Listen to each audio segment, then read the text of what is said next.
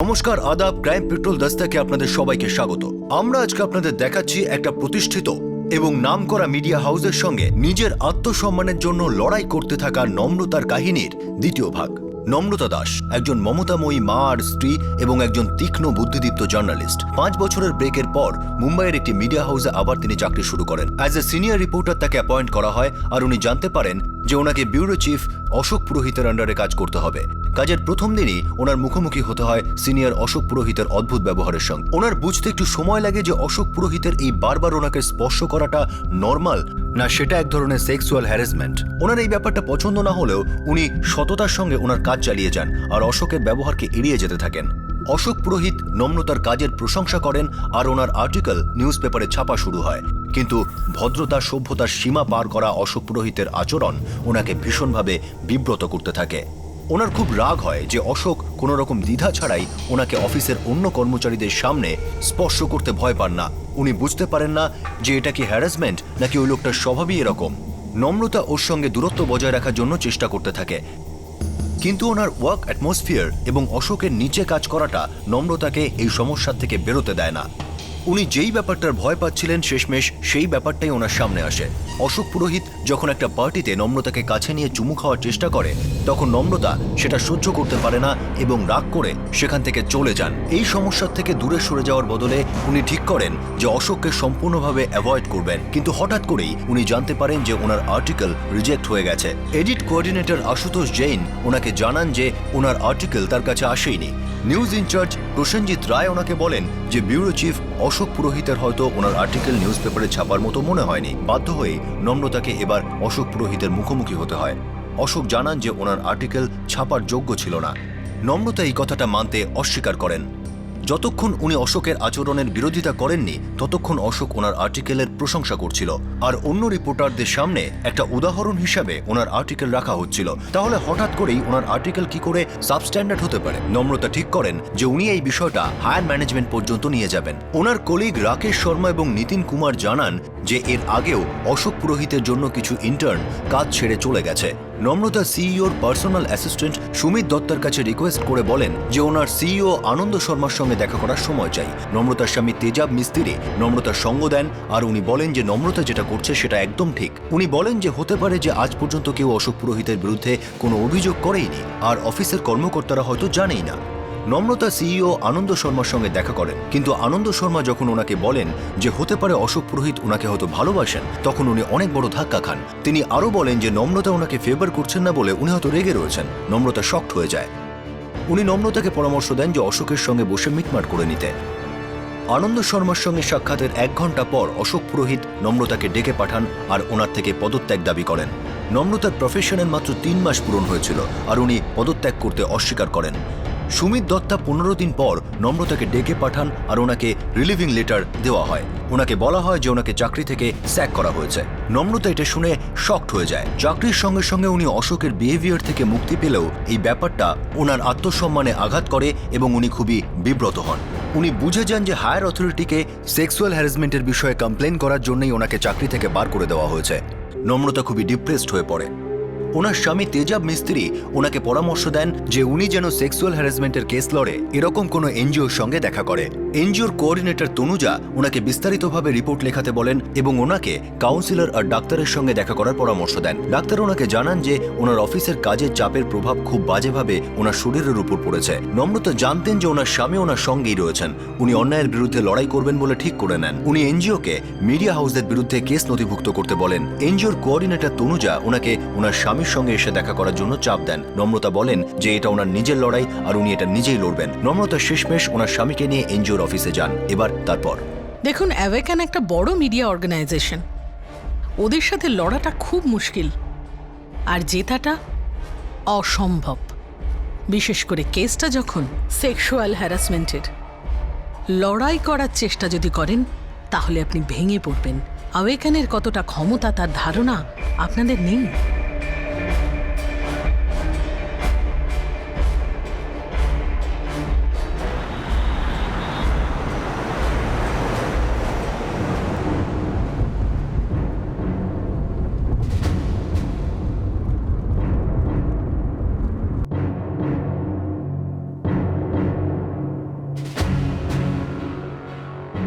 এরা বড় powerful media group, তাতে কি হয়েছে? ওরা যা খুশি করবে আর পার পেয়ে যাবে। আমরা হেরে যাব না। তুমি লড়বে, কতদিন কত মাস সেটা আমি জানি না, কিন্তু তুমি তোমার আত্মবিশ্বাসটা হারিও না। ওদের যা খুশি করতে দাও, কিন্তু তুমি চুপচাপ সহ্য করবে না।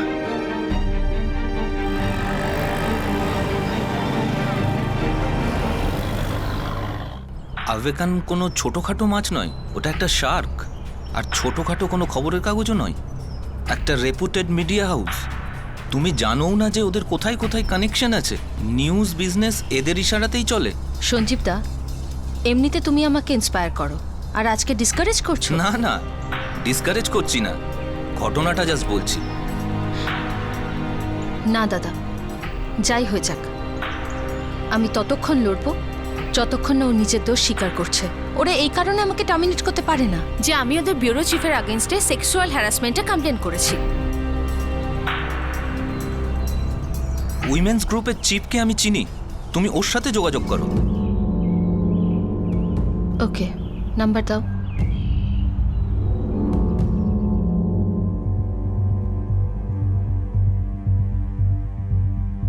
ম্যাডাম আপনাকে ডাকছেন।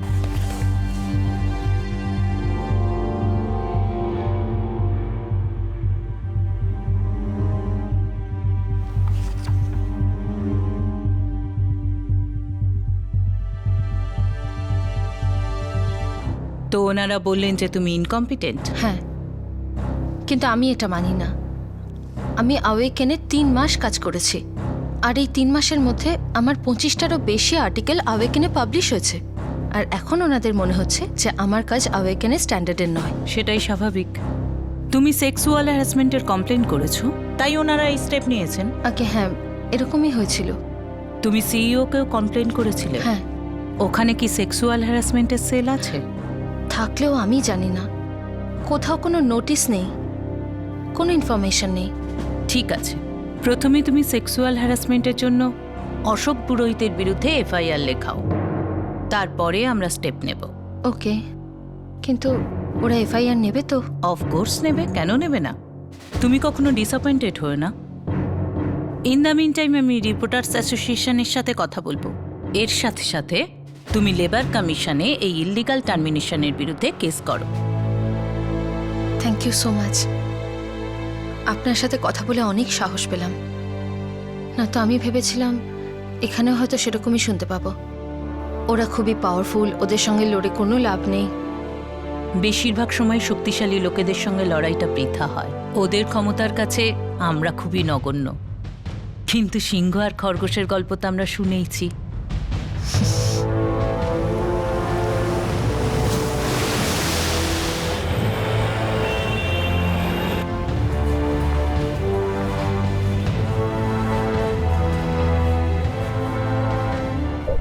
তাহলে তুমি সেই নম্রতা দাস? হ্যাঁ। আমি ওই ঘটনার ব্যাপারে শুনেছি। ওই ঘটনার ব্যাপারে? আপনি আমার কেসের ব্যাপারে শুনেছেন? হ্যাঁ। কিন্তু সেটা কি করে সম্ভব? আমি তো কোনো কমপ্লেন করিনি। পুলিশ আর প্রেসের অদ্ভুত সম্পর্ক আছে, আর আপনাদের অফিসে তো ক্রাইম রিপোর্টার আছেই। সে আমাদের থেকে খবর নেয়, আমরা তাদের থেকে খবর নিই। আমি ওই কেসেরই কমপ্লেন করতে এসেছি। ঠিক আছে, আমি স্টেশন ইনচার্জকে কমপ্লেন ডায়েরিতে নোট করতে বলছি। ম্যাডাম, আপনি আপনার হাজবেন্ডকে সঙ্গে আনতে পারবেন? কেন?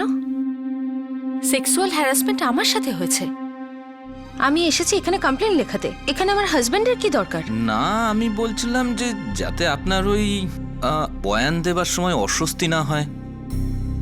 না, আমার অস্বস্তি হবে না। আমি বলতে পারি আমার সাথে কি কি হয়েছে, সেটা বলতে পারবো। অদ্ভুত তো আমার লেগেছিল অশোক পুরোহিতের ব্যবহারে, যার কমপ্লেন করতে আমি এখানে এসেছি।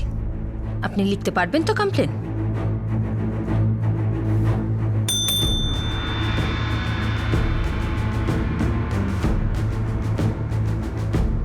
যখনই সুযোগ পেতেন, যেখানে সেখানে যখন তখন জাঁতার সামনে ছুতেন। আমি অফিসে শাড়ি পরা বন্ধ করে দিলাম, কারণ ওনার হাত যখন তখন কোমরে চলে যেত। আমার হাত ধরা, আমার কাঁধে হাত রাখা যেন ওনার অভ্যেস হয়ে গেছিল।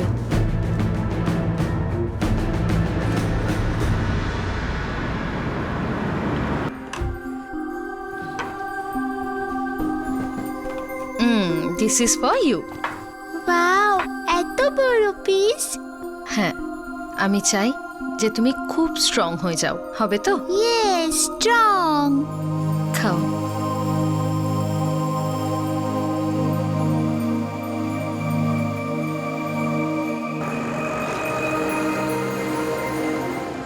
একটা কথা জানো, আমাদের সোসাইটিতে, এই পুরুষতান্ত্রিক সমাজে, যেখানে প্রায় সবকিছুই পুরুষদের হাতে, মা বাবার কাছে ছেলে সবচেয়ে বড়, তারপর মেয়ে।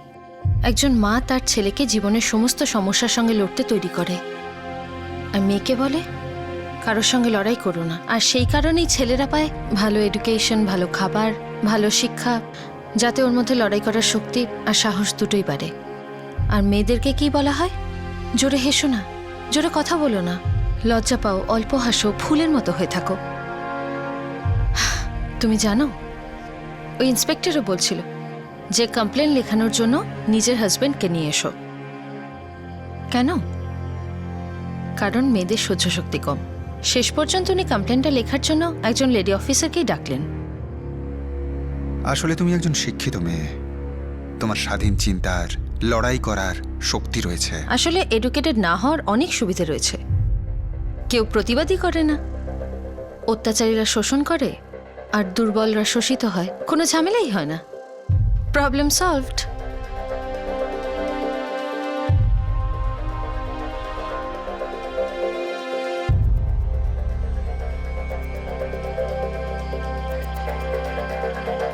এটা তো শুধু একটা জেনারেল ডায়েরি করেছে, ওরা তো এফআইআর করেইনি।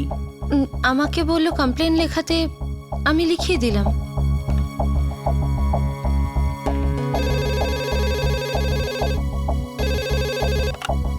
হ্যালো, আমি পিআই বলছি। অফিসার, মিসেস নম্রতা দাস কাল যে কমপ্লেনটা করেছিল সেক্সুয়াল হ্যারাসমেন্টের আগেনস্ট আওয়েকান নিউজ পেপার, ওটা তো শুধু ডায়েরি এন্ট্রি হয়েছে, এফআইআর নয়। তাই নাকি?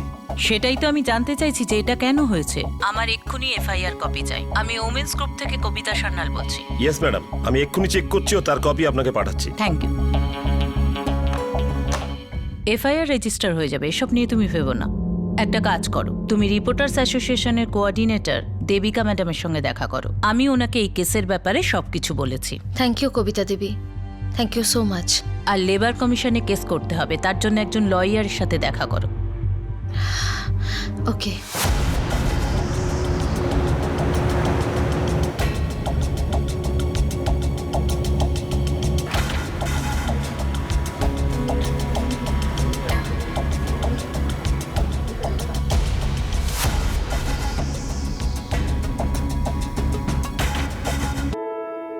তুমি এর প্রতিবাদ করে ভালো করেছো। থ্যাঙ্কস, শুনে ভালো লাগলো। তুমি সিইও আনন্দ শর্মার কাছে গেছিলে? হ্যাঁ। একটা কাজ করো, একটা ফর্মাল লেটার লেখো গ্রুপ হেড ব্রায়ান ডিসেলভাকে। সেই লেটারে অবশ্যই মেনশন করো যে তুমি সিইওর কাছে গেছিলে। আর এটাও লিখো যে তোমায় বেআইনিভাবে চাকরি থেকে বরখাস্ত করা হয়েছে। ওকে। আমিও একটা ফর্মাল লেটার লিখবো ওনাকে। এটাই বলবো যে তোমার এই কমপ্লেন্টের যেন ইনভেস্টিগেশন শুরু হয়। থ্যাঙ্কস।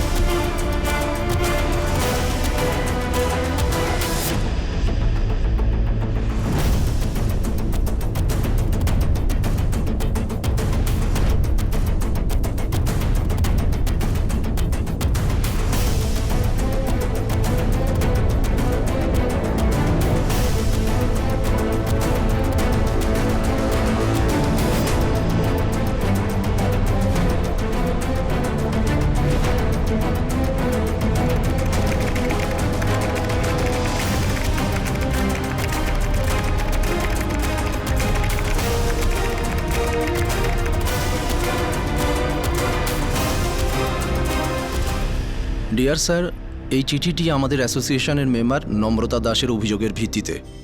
উনি ব্যুরো চিফ অশোক পুরোহিতের বিরুদ্ধে অফিস চলাকালীন সেক্সুয়াল হ্যারাসমেন্টের অভিযোগ এনেছেন। মিসেস দাসের বক্তব্য হলো উনি এই বিষয়ে সিইও আনন্দ শর্মাকেও অভিযোগ জানিয়েছিলেন, কিন্তু ওনার অভিযোগের কয়েকদিন পরেই ওনাকে চাকরি থেকে বের করে দেওয়া হয়। আর কারণ দেখানো হয়েছিল উনি ইনকম্পিটেন্ট।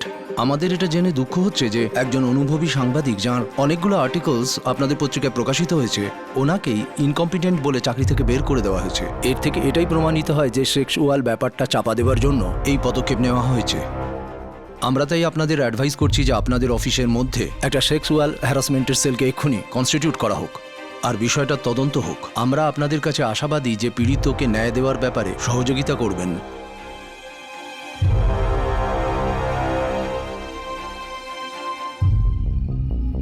ডিয়ার ম্যাডাম, প্রথমেই আমি আপনাকে এটা স্পষ্ট করে জানাতে চাই যে মিসেস নম্রতা দাসকে ব্যুরো চিফ অশোক পুরোহিত টার্মিনেট করেননি। আমি সিইও হওয়ার সুবাদে ওনাকে টার্মিনেট করেছি, সেটা অশোক পুরোহিতের কথায় নয়। দ্বিতীয়ত, মিসেস নম্রতা দাসের অভিযোগের আমি নিজে জবাব দিয়েছি। তৃতীয় এবং সবচেয়ে প্রয়োজনীয় কথা, মিসেস নম্রতা দাস আমার কাছে মিস্টার অশোক পুরোহিতের বিরুদ্ধে কখনো সেক্সুয়াল হ্যারাসমেন্টের অভিযোগ আনেনি, আর না কোনো অফিসের স্টাফের কাছেও। এই অভিযোগ মিসেস দাস ওনাকে টার্মিনেট করা 3 মাস বাদে কোনো অসৎ উদ্দেশ্যে করেছেন। আমাদের দেওয়া টার্মিনেট লেটার ওনার অভিযোগে 3 মাস আগে উনি পেয়েছেন। তাতে স্পষ্ট উল্লেখ ছিল যে উনি ইনকম্পিটেন্ট। সব শেষে আমি এটা জানাতে চাই যে আমাদের কোম্পানিতে কোনো সেক্সুয়াল হ্যারাসমেন্ট সেলের প্রয়োজন আছে সেটা আমার মনে হয় না। যদি প্রয়োজন থাকতো সেক্ষেত্রে মিসেস দাসের অভিযোগে তদন্ত হতো। ওনার সমস্ত অভিযোগ এক প্রতিষ্ঠিত ব্যক্তি আর এক প্রতিষ্ঠিত কাগজকে বদনাম করার ইচ্ছাকৃত ষড়যন্ত্র। আমরা এটাও স্পষ্ট করতে চাই যে আপনাদের অ্যাসোসিয়েশন থেকে সেক্সুয়াল হ্যারাসমেন্ট সেল সম্বন্ধে আমরা কোনো রকম পত্র বিবাদ করতে চাই না, কারণ এমন কোনো অ্যাসোসিয়েশনের কোনো রকম অধিকার নেই যে আমাদেরকে এটা বলে যে আমাদের কোনটা জরুরি আর কোনটা নয়। That's it.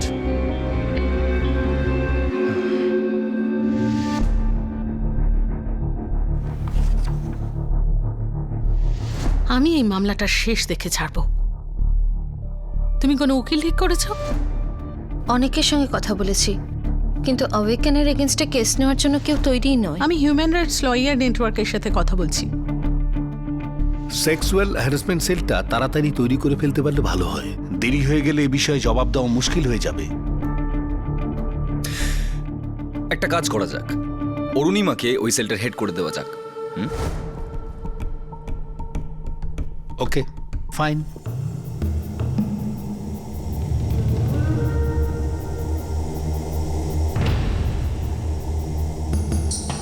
ঠিক আছে, আজ থেকে তুমি সেক্সুয়াল হ্যারাসমেন্ট সেলের হেড, ইয়েস স্যার। আর সমস্ত স্টাফ মেম্বারই তোমাকে হেল্প করবে। Okay. ওকে? নম্রতা দাস লেবার কমিশনে তাকে চাকরি থেকে বের করে দেওয়ার বিরুদ্ধে কেস করেছে। ব্যাপারটা নিয়ে আমাদের ভাবা উচিত। লিগ্যাল টিমকে ইনফর্ম করো। ওকে। হিয়ারিং এর কোনো ডেট ঠিক হয়েছে কি? না, এখনো হয়নি, কিন্তু পুলিশ স্টেশন থেকে অনেকবার ফোন করেছে। কি জন্য? কারণ নম্রতা অশোকের বিরুদ্ধে এফআইআর করেছে। বাজে কথা, সব বাজে কথা।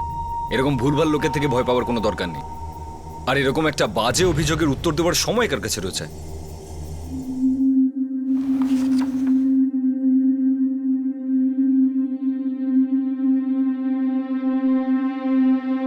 দেবিকা ম্যাডাম আমাকে আপনার বিষয়ে বলেছেন। তো আপনি এই কেসটা নেবেন তো? হ্যাঁ, নিশ্চয়ই। দেখুন, আপনি জোর করে হ্যাঁ বলবেন না, কারণ অওয়েকেন একটা পাওয়ারফুল অর্গানাইজেশন। সে তো বটেই, কিন্তু আমি আপনার কেসটা লড়বো। শ্যামল বাবু, আমার মধ্যে লড়ার সাহস আছে, কিন্তু কখনো কখনো আমিও দুর্বল হয়ে পড়ি। আমারও সাহসের দরকার, কারো সাহায্য দরকার। সেই জন্য আপনি প্লিজ জোর করে হ্যাঁ বলবেন না। না, এরকম ব্যাপার নয়। আমি কেসটা লড়বো, আমরা একসঙ্গে লড়বো।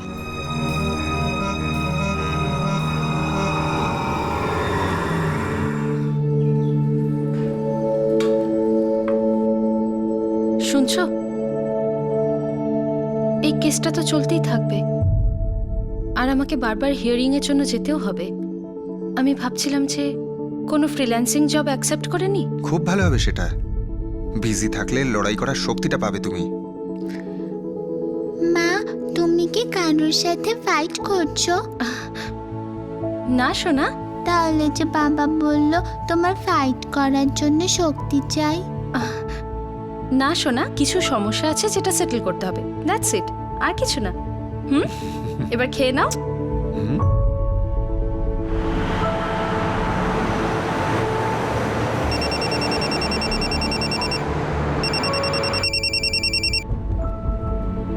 Good morning Devika madam. Good news, আয়োকেন একটা সেক্সুয়াল হ্যারাসমেন্ট সেল কনস্টিটিউট করেছে।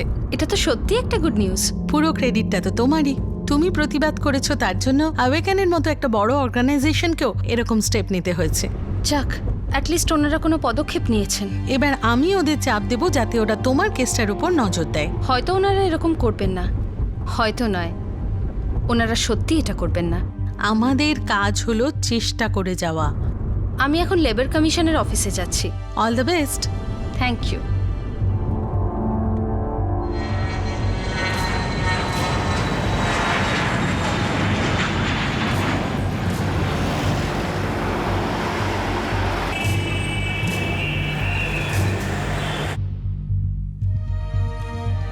ওনার অভিযোগ হলো ওনাকে চাকরি থেকে বরখাস্ত করার কারণ সেক্সুয়াল অ্যান্ড প্রফেশনাল হ্যারাসমেন্ট। দুঃখিত, এই অভিযোগটা ভিত্তিহীন। আসল বিষয়টা হলো মিসেস নম্রতা দাস প্রফেশনে ছিলেন এবং ইনকম্পিটেন্ট ছিলেন, আর সেই কারণে ওনাকে সার্ভিস থেকে টার্মিনেট করা হয়। স্যার, মিসেস নম্রতা দাসের রেকর্ড দেখুন। ওনার বেশ কিছু আর্টিকেল ওয়েকেনে ছাপা হয়েছে, আর এরপরেও ওনার বিরুদ্ধে বলা হচ্ছে যে উনি ওনার কাজ করতে অক্ষম। স্যার, প্রফেশনাল অ্যান্ড সেক্সুয়াল হ্যারাসমেন্টের এই যে অভিযোগ করা হয়েছে, সেটা ওনাকে চাকরি থেকে বের করে দেওয়ার 3 মাস পরে করা হয়েছে। এটা একটা পরিকল্পিত অভিযোগ স্যার। এই সেক্সুয়াল হ্যারাসমেন্টের জন্য থানায় কোনো কপি আছে কি? হ্যাঁ স্যার, এই হলো এফআইআর এর কপি।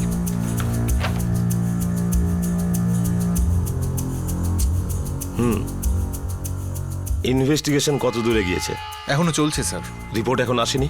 না স্যার। এই মামলাটাকে তো আপনারা নিজেরা বসেই সমাধান করতে পারতেন।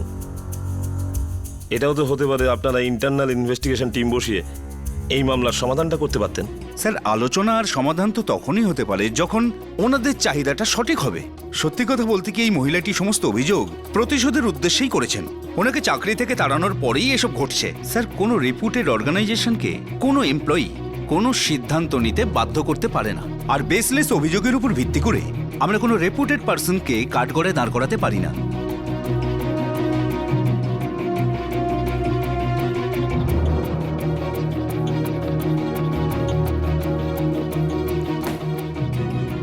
পুলিশি তদন্তের পরেই এই কেসের পরবর্তী শুনানি হবে।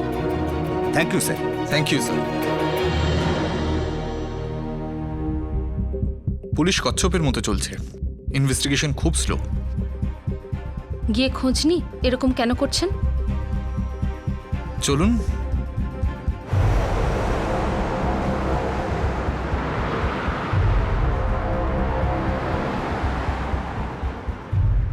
দেখুন ম্যাম, আমরা আওয়েকান অফিসে অনেকবার গিয়েছি, কিন্তু আমরা বারবার একটাই উত্তর পেয়েছি যে অশোক পুরোহিত অফিসে নেই।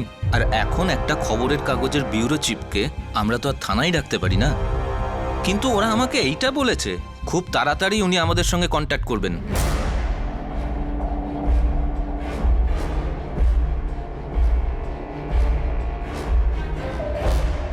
প্রথমত, নম্রতা এখন আর আমাদের অর্গানাইজেশনের এমপ্লয়ি নয়। কিন্তু কখনো তো ছিল। আপনারা একজন এক্স এমপ্লয়ি সেক্সুয়াল হ্যারাসমেন্ট কেসের তদন্ত করবেন না? I am sorry Devika, but it just an afterthought. আর এটা খুবই ভেবেচিন্তে করা একটা ষড়যন্ত্র। কিন্তু ওকে টার্মিনেট করার আগেই ও সিইওর কাছে রিপোর্ট করেছিল। এই অফিসে এমন কোনো এমপ্লয়ি নেই যাকে নম্রতা এই বিষয়ে কখনো কোনো কথা বলেছে। একজন অনেস্ট রেপুটেড সিনিয়রের ওপর এরকম অভিযোগ করা, I am sorry but I can't consider this.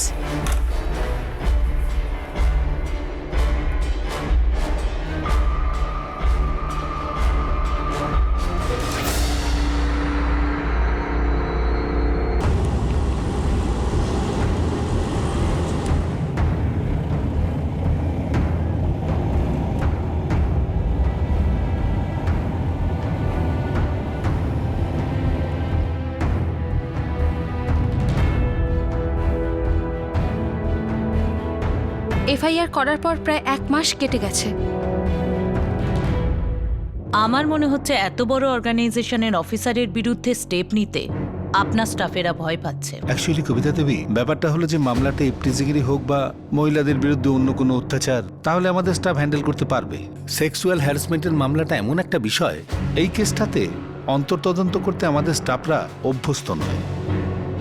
আসলে এটা একটা কমপ্লেন একজন পুরুষের বিরুদ্ধে একজন মহিলা, তো এটা নিশ্চিত যে এ কেসে কোনো সাক্ষী পাওয়া যাবে না। আমি বুঝতে পারছি, ভাবছেন যে মহিলার জন্য এটা একটা হাতিয়ার যেটাকে সে নিজের স্বার্থে ব্যবহার করে। এই ধারণা নিশ্চয়ই আছে আমাদের সোসাইটিতে, আমাদের সিস্টেমে, আমাদের সমাজে, কিন্তু আমাকে একটু সময় দিন। আমি এর সঙ্গে সম্পর্কিত আধিকারিকের সঙ্গে কথা বলবো। আপনার কাছে একটা অনুরোধ আছে। বলুন। ওনাদের বলুন যে এই মামলা যত তাড়াতাড়ি সম্ভব তদন্ত করতে। Sure ma'am. Thank you. Sir, আমরা আমাদের পক্ষ থেকে পুরো চেষ্টা করছি, কিন্তু ওই অফিসের কেউই তো আমাদের সাথে কথা বলতে রাজি নয়। এর আগের বার যখন ওদের অফিসে গিয়েছিলাম তখন আমাদের হাতে একখানা চিঠি ধরিয়ে দিল। দেখুন নম্রতা দাসের সমস্ত অভিযোগই মিথ্যে। আপনারা কেন বুঝছেন অফিসার? ওই মহিলাকে চাকরি থেকে টার্মিনেট করার পরে এই অভিযোগটা করেছে। এই জিনিসটা তখনই কেউ করবে যখন সে বদলা নিতে চায়। আমরা মিস্টার পুরোহিতের সঙ্গে কথা বলতে চাই। উনি এখন মিটিংয়ে বিজি আছেন, উনি আসতে পারবেন না। দ্বিতীয়ত গুরুত্বপূর্ণ কথা হলো, উনি হলেন আমাদের অর্গানাইজেশনের টপ মোস্ট সিনিয়র জার্নালিস্ট। উনি কখনোই এরকম দুর্ব্যবহার করতে পারেন না। কাল হয়তো যে কেউ কিছু একটা অভিযোগ করলো, তবে কি আমাদের সিনিয়র জার্নালিস্টকে আপনার সামনে জবাবদিহি করবার জন্য এনে বসিয়ে দেবো? ওই লোকটা সম্মানের, ওনার এই অর্গানাইজেশনের প্রতি কন্ট্রিবিউশনের কোনো মূল্য নেই। হ্যাঁ, আমরা অন্য এমপ্লয়ীদের সঙ্গেও কথা বলতে চাই। দেখুন, ওসবের কোনো প্রয়োজন নেই।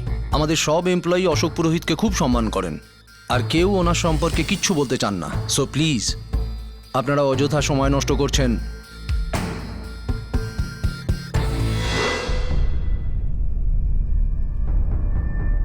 স্যার, 50-এরও বেশি এমপ্লয়ি স্বাক্ষর করা চিঠি আমাদের দিয়েছে।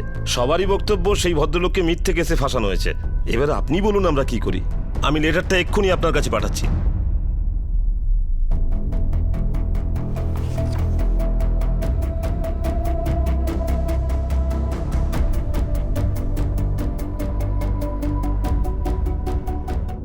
ওরা চাপে পড়ে সিগনেচার করেছে। আসলে সবাই ওখানে চাকরি করে। কে ওদের সঙ্গে শত্রুতা করবে? কে নিজের কেরিয়ারকে নষ্ট করবে? এই কথাটা আমি হলপ করে বলতে পারি। আমিও প্রথমে আমার কেরিয়ারের জন্য চুপ করেছিলাম। আজ আমি যখন কোনো ফ্রিল্যান্স ওয়ার্কের জন্য যাই বা কোনো প্রেস কনফারেন্সের জন্য যাই, আমার নাম শুনলেই সবাই আমার দিকে দেখে, সবাই আমার দিকে তাকিয়ে থাকে, যেন আমি কোনো অদ্ভুত মানুষ। সঙ্গে সঙ্গে ফিসফিস শুরু হয়ে যায়। সবাই ভাবে আমি মিথ্যে বলছি। জার্নালিজমের মানে হলো সত্যের সন্ধান করা, আর তারপর সেই সত্যকে জনগণের সামনে তুলে ধরা। কিন্তু এখানে এটাই হয়, শোনা কথাকে সত্যি বলে ধরে নেয়, গসিপকেই সত্যি বলে ধরে নেয়। আমরা যারা সমাজকে সত্যিটা দেখাই, এমন একটা সত্যিকে সঠিক ভেবে সমাজের সামনে রাখি যাতে আমাদের ভালো হয়, আমাদের উপকার হয়, আমাদের জীবনটা যেন সহজ হয়, আমার এটা দেখে কোনো লজ্জাও হয় না, আর না কোনো অস্বস্তি হয় যে অ্যাওয়েকেনের মতো প্রতিষ্ঠানের একটা লোকেরও সত্যি বলার সৎসাহস নেই। কেউ অশোকের বিরুদ্ধে কিচ্ছু বলতে চায় না। এটা জেনে আমার কোনো দুঃখ হয় না, আর না আমি শকড হই। ও অশোকের বিরুদ্ধে কিচ্ছু বলতে চায় না। এটা জেনে আমার কোনো দুঃখ হয় না, আর না আমি শকড হই।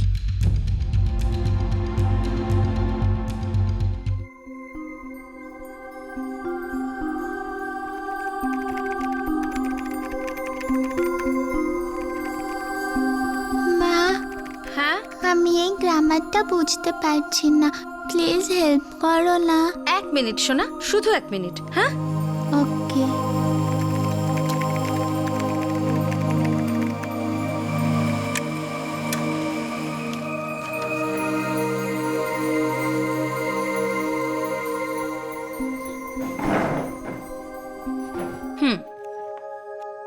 আচ্ছা দেখো, বিগিন প্রেজেন্ট টেন্স। মানে মা যেমন তোমায় বলে যে কৃষ্ণা এক্ষুনি তোমার হোমওয়ার্ক করা শুরু করো, এর মানে এটাই হয় যে Krishna begin your homework now. আর বিগান মানে হলো past tense. Krishna began a homework 1 hour ago, মানে কৃষ্ণা 1 ঘন্টা আগে ওর হোমওয়ার্ক শুরু করেছিল। তাহলে মাম্মা বিজ্ঞান বিজ্ঞান বিজ্ঞান কি হয়? বিগান মানে যেমন ধরো মা সকাল 5টায় উঠেছিল আর উঠে তোমার ব্রেকফাস্ট বানাতে শুরু করেছিল, তার মানে হয় মামা হ্যাজ বিগান হার ওয়ার্ক, তার মানে মা তার নিজের কাজ শুরু করে দিয়েছে। আর মা বিজ্ঞান বিজ্ঞানে কি তফাৎ? 1 মিনিট, এই অবধি লেখো, আমি এক্ষুনি আসছি।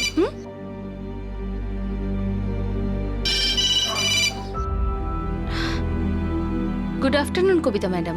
একটা ভালো খবর আছে, তদন্তটা কোন আইপিএস র্যাঙ্কের অফিসারের হাতে তুলে দেওয়া হয়েছে। Thank god. এবার ইনভেস্টিগেশনটা ফার্স্ট হবে। অ্যাবসলিউটলি। এবার আমরা বলতে পারি the battle has began.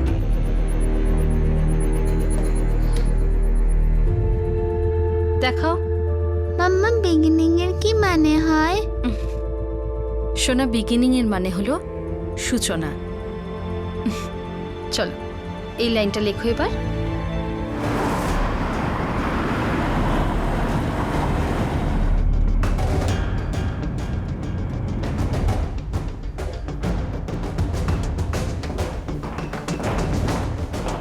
You may go please.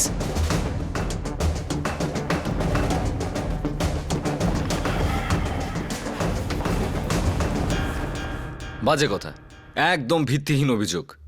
August 2002 আপনার বাড়িতে একটা পার্টি হয়েছিল যেখানে নম্রতা দাস উপস্থিত ছিল। হ্যাঁ, আমি ওই পার্টিতে অফিসের সবাইকে ডেকেছিলাম, তো স্বাভাবিক ব্যাপার যে নম্রতাও ছিল। আর আপনার ব্যবহারের জন্য ও হঠাৎ পার্টি ছেড়ে চলে গিয়েছিল। একদম মিথ্যে। ওই মহিলা আপনাদেরকে যা বলেছে সবই মিথ্যে। দেখুন, আমি এই ব্যুরো চিফ, আর যেহেতু আমি চিফ তাই এটা আমার কর্তব্য যে আমি আমার জুনিয়রদের ভালো কাজ করার জন্য সবসময় এনকারেজ করতে থাকি, আর নিজেদের স্টাফের কনফিডেন্স বাড়ানোর জন্য ওদের একটু বুস্ট করা তো কোনো খারাপ কাজ নয়। আর সেই জন্যই আমি নম্রতার কাজগুলোকেও তুলে ধরার একটা সুযোগ দিয়েছিলাম, আর ওর কয়েকটা আর্টিকেলস ছেপেও ছিলাম। আর আজ আমার সেই উপকারগুলোকে আমারই বিরুদ্ধে ব্যবহার করে আমার নামে অভিযোগ করছে। কে ছিল ও? কি জানতো? আর ও পারতই বা কি? নম্রতা সেদিন পার্টি থেকে তাড়াতাড়ি চলে গিয়েছিল কারণ তার ইভিনিং শিফট ছিল, আর এই কথা সে পার্টির আগের দিনই আমাকে বলেছিল। আচ্ছা, আপনি কি কখনো মিস্টার অশোক পুরোহিতকে নম্রতা দাসের সঙ্গে এমন কোনো ব্যবহার করতে দেখেছেন যেটা খারাপ? আই মিন, যখন তখন গায়ে হাত দেওয়া? আগে না, অশোককে আমি অনেক দিন ধরে চিনি। সে খুবই কালচার্ড এবং ভদ্রলোক, আর ও মহিলাদের সম্মান করে।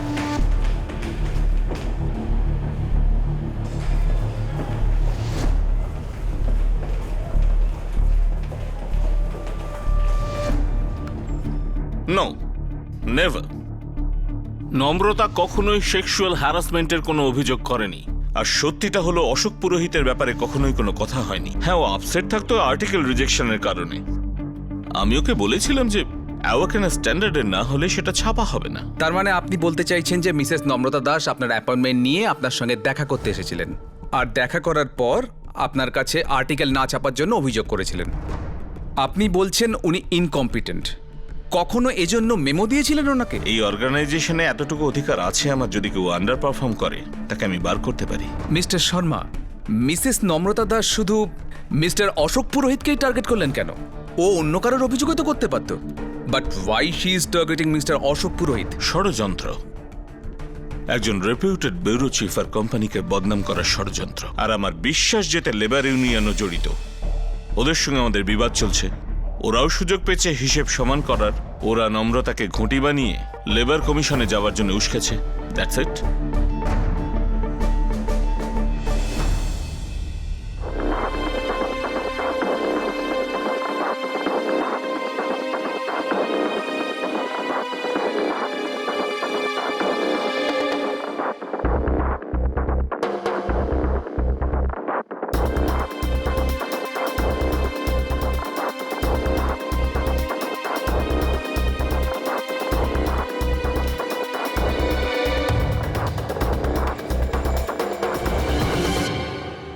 মিস্টার নিতিন কুমার, আপনি স্পোর্টস সেকশন দেখেন। হ্যাঁ স্যার। নম্রতা কি কখনো আপনার কাছে অশোক পুরোহিতের সেক্সুয়াল হ্যারাসমেন্টের ব্যাপারে কিছু বলেছে? হ্যাঁ স্যার। মিস্টার নিতিন কুমার, আপনি স্পোর্টস সেকশন দেখেন। হ্যাঁ স্যার। নম্রতা কি কখনো আপনার কাছে অশোক পুরোহিতের সেক্সুয়াল হ্যারাসমেন্টের ব্যাপারে কিছু বলেছে? হ্যাঁ স্যার।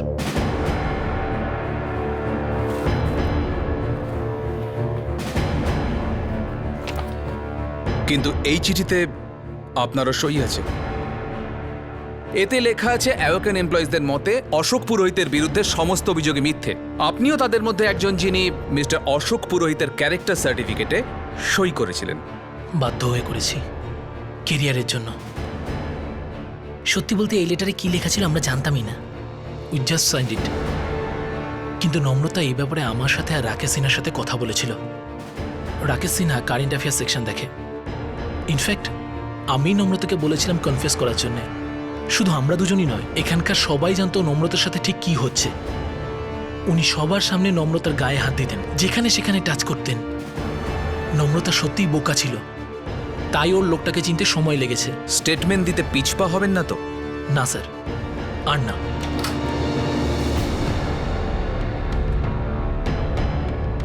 মিস্টার রাকেশ সিনহা, নম্রতা নিতিন আর আপনার সঙ্গে কথা বলেছিল। হ্যাঁ স্যার, কথা বলেছিলাম। আর তখন আমি ওকে বলেছিলাম যে ওর আগেও অশোক পুরোহিতের এরকম বিহেভিয়ারের জন্য আরও অনেক ইন্টার্ন জব ছেড়ে চলে গেছে। স্টেটমেন্ট দেবেন না পিছিয়ে যাবেন? ডেফিনেটলি দেবো স্যার।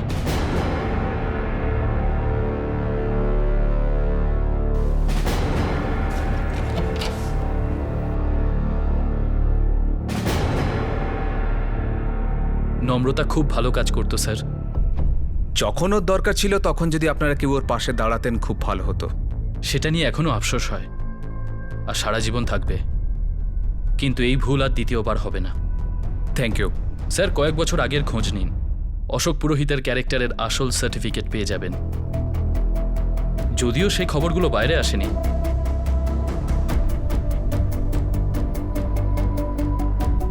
The battle had বিগন।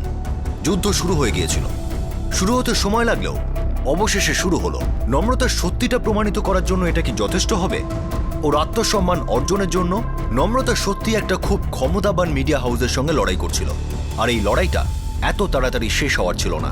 একজন সাধারণ কিন্তু সাহসী মহিলা বড় ক্ষমতার সামনে হার মানতে রাজি ছিলেন না। ধীরে চলা তদন্ত থেকে শুরু করে বছরের পর বছর ধরে চলা কোর্ট কেস, নম্রতা সব রকমের ঝড়, সব অসুবিধার মোকাবিলা করেছে। বহু বছর ধরে চলা নম্রতার লম্বা কাহিনীর তৃতীয় তথা শেষ ভাগ আমরা আপনাদের দেখাবো পরের দিন, পরের এপিসোডে। ততক্ষণ নিজের খেয়াল রাখবেন, সুরক্ষিত থাকবেন, আর সবচেয়ে জরুরি সতর্ক থাকবেন। জয় হিন্দ। নমস্কার, আদাব। ক্রাইম পেট্রোল 10 থেকে আপনাদের সবাইকে স্বাগত। আজ আমরা আপনাদের দেখাচ্ছি একজন সাহসী এবং সাধারণ মহিলা নম্রতার একটি ক্ষমতাবান মিডিয়া হাউসের বিরুদ্ধে নিজের আত্মসম্মানের জন্য লড়াইয়ের তৃতীয় তথা শেষ ভাগ। নম্রতা দাস একজন মমতাময়ী মা এবং স্ত্রী, আর একজন তীক্ষ্ণ বুদ্ধিদীপ্ত জার্নালিস্ট। 5 বছরের ব্রেকের পর মুম্বাইয়ের একটি প্রতিষ্ঠিত মিডিয়া হাউসে আবার চাকরি শুরু করলেন। কাজের প্রথম দিনই ওনার মুখোমুখি হতে হয় সিনিয়র অশোক পুরোহিতের অদ্ভুত ব্যবহারের সঙ্গে। ওনার এই ব্যাপারটা পছন্দ না হলেও উনি সততার সঙ্গে কাজ চালিয়ে যান আর অশোকের ব্যবহারকে এড়িয়ে যেতে থাকেন। কিন্তু ভদ্রতা সভ্যতার সীমা পার করা অশোক পুরোহিতের আচরণ ওনাকে ভীষণ বিব্রত করতে থাকে। উনি যেই বিষয়টার ভয় পাচ্ছিলেন শেষমেশ সেই বিষয়টি ওনার সামনে চলে আসে। অশোক পুরোহিত যখন নিজের পার্টিতে নম্রতাকে কাছে নিয়ে চুমু খাওয়ার চেষ্টা করে, নম্রতা তখন সেটা সহ্য করতে না পেরে রাগ করে সেখান থেকে চলে যান। এই সমস্যা থেকে দূরে সরে যাওয়ার বদলে উনি ঠিক করেন যে অশোককে সম্পূর্ণভাবে অ্যাভয়েড করবেন। কিন্তু হঠাৎ করেই উনি জানতে পারেন যে ওনার আর্টিকেল রিজেক্ট হওয়া শুরু করেছে। নম্রতাকে এবার অশোক পুরোহিতের মুখোমুখি হতে হয়। অশোক জানায় যে ওনার আর্টিকেল তাদের নিউজ পেপারে ছাপার যোগ্য ছিল না। নম্রতা এই কথাটি মানতে অস্বীকার করেন।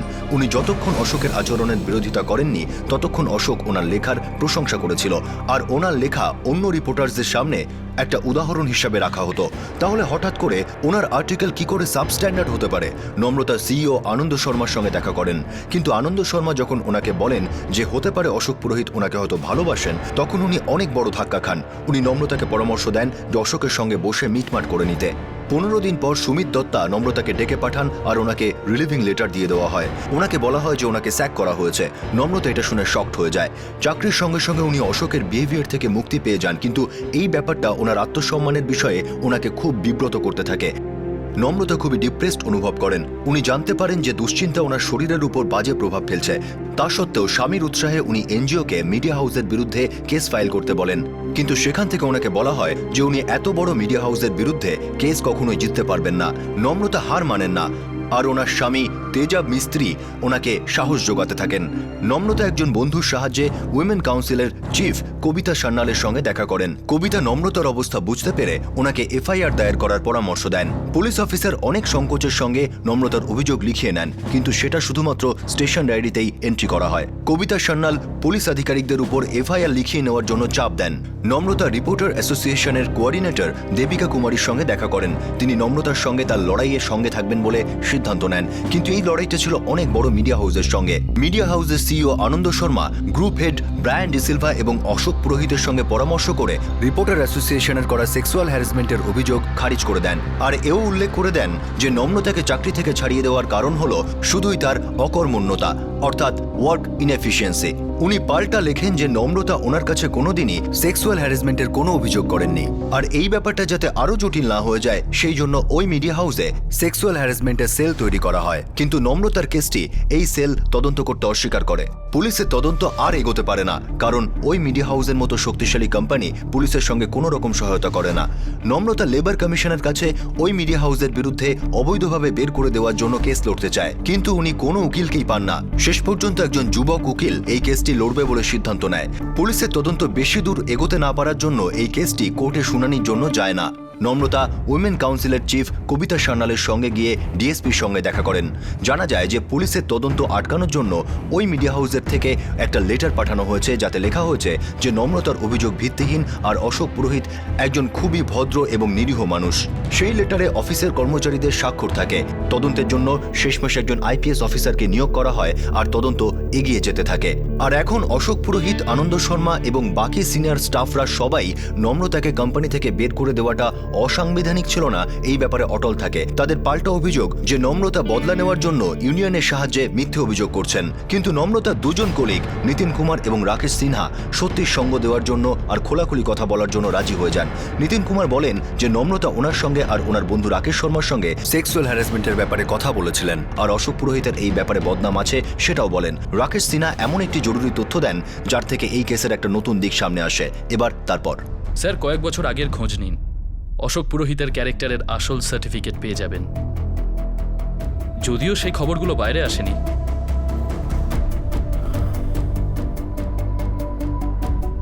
বেঙ্গালুরুতে আমাদের সমস্ত সোর্স আর কানেকশনকে কাজে লাগিয়ে দাও। খোঁজ নাও এই অশোক পুরোহিতের সঙ্গে কি হয়েছিল, কখন আর কেন। Yes sir. ইনফ্যাক্ট এই পুরো ঘটনাটা আমি আমার কলিগের মুখ থেকে শুনেছি। কি শুনেছিলেন আপনি? দেখুন, ওই মেয়েটার বিয়ে হয়ে গেছে, ওর একটা সংসার আছে, ওর নামটা কেউ জানতে পারবে না তো। বিশ্বাস রাখুন, এরকমটা কোনো দিন হবে না। গত কয়েক বছর আগে ইন্টার্ন হিসেবে ও এখানে জয়েন করেছিল। কত বছর আগে? তাও প্রায় এই ধরুন 5 বছর। আমি আপনাকে দেখাচ্ছি ডিটেলটা স্যার।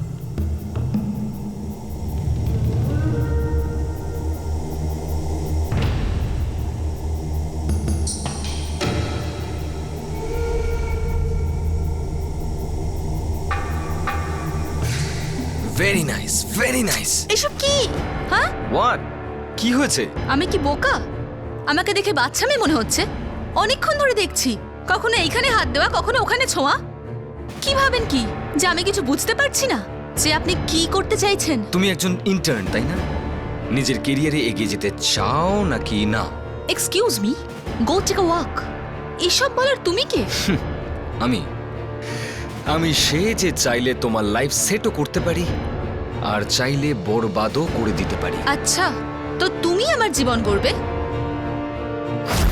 আসলে অশোক এটা বুঝতেই পারেনি যে ও কোন সমস্যায় জড়িয়ে পড়ছে। কেন? এমন কি হয়েছিল?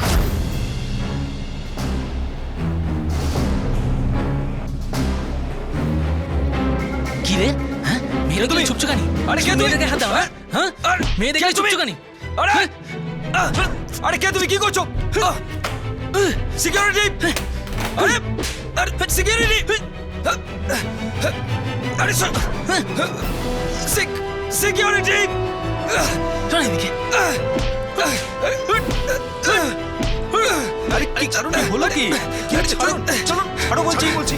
আরে কি হয়েছে বলবে তো? আরে আবার আসুন। কি হয়েছে বলবে তো? আসুন।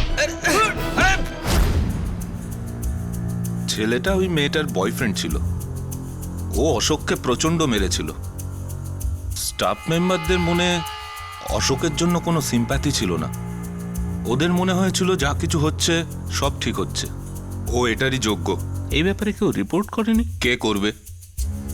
এই ঘটনার পর অশোক বেশ কিছুদিনের জন্য হসপিটালে ভর্তি ছিল। হসপিটাল থেকে ছাড়া পাওয়ার পর ও মুম্বাইতে শিফট হয়ে যায়। আর কেউ চাইছিলও না যে এই বিষয়টা নিয়ে আর জলগোলা হোক, কারণ শুধু শুধু কোম্পানির বদনাম হবে। Thank you.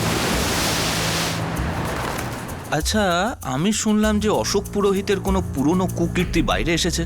অন্য কোনো মেয়ে ছিল যাকে ও হ্যারাস করেছিল? হ্যাঁ, ব্যাপারটা চেপে দেওয়া হয়েছিল। উনি প্রকাশই করতে দেননি। যেরকমটা আমার কেসে হচ্ছে। ওটা একটা রেপুটেড মিডিয়া হাউস, কে ওদের সাথে লড়তে যাবে? আর তুমি তো জানোই না যে অশোক পুরোহিত আসলে কি জিনিস। খুব ভালো করে জানি দাদা যে ও কিরকম জিনিস। একটা নোংরা লোক, চার হাত, মেয়ে দেখলেই ছুকছুক করতে শুরু করে। না না না না, ও কথা আমি বলছি না। আসলে ও খুব বড় লোক বাড়ির ছেলে, ওদের অনেক নাম ডাক আছে, অনেক দূর পর্যন্ত ওদের কানেকশন আছে। দাদা, বড়লোক আর প্রভাবশালী লোকেরা মনে করে এই সমাজটা ওদের বাপের সম্পত্তি। এ আর নতুন কি কথা? আমাদের দেশে এরকম বড়লোকের ছেলের অভাব আছে? আচ্ছা দাদা, আমি উঠছি, কোর্ট যেতে হবে। আজ তো হিয়ারিং এর ডেট নেই। চেষ্টা তো করতেই পারি। আমি ক্লান্ত হয়ে বসে পড়লে আমার জন্য কে দৌড়বে? All the best. Thank you.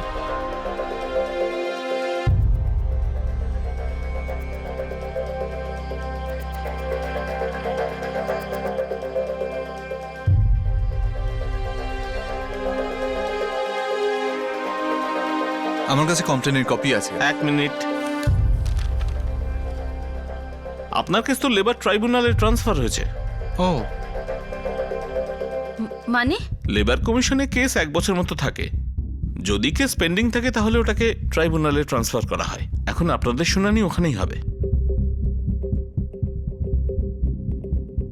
যেখানেই হোক, লড়াইটা আমাদের জন্য সমান কঠিন। প্রথম ধাপটা পেরিয়ে এসেছি, কেসটা ছোট কোর্ট থেকে বড় কোর্টে উঠেছে। এখানে সমস্ত ইন্ডাস্ট্রিয়াল ডিসপিউট হ্যান্ডেল করা হয়। শুনানিতে কতদিন সময় লাগবে? আমি চেষ্টা করব যাতে শুনানি তাড়াতাড়ি হয়। ধাপে ধাপে এগোতে হবে, শুধু এটুকুই জানি।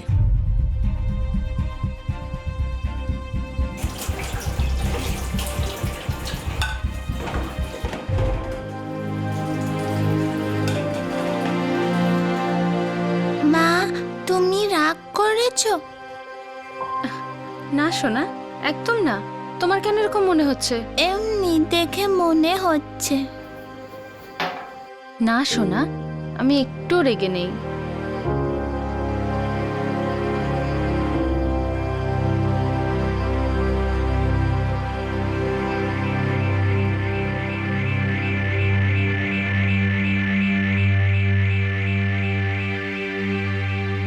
নম্রতা, তোমার আবার এটা মনে হচ্ছে না তো যে আমারও তোমার অফিসে গিয়ে অশোককে মারধর করা উচিত ছিল? না গো, আমার এরকম কিচ্ছু মনে হচ্ছে না। হয়তো তুমি তাতে মানসিক শান্তি পেতে। তোমার মনে হতো ও শাস্তি পেয়ে গেছে, আর তোমাকে এত দীর্ঘ লড়াই লড়তে হতো না।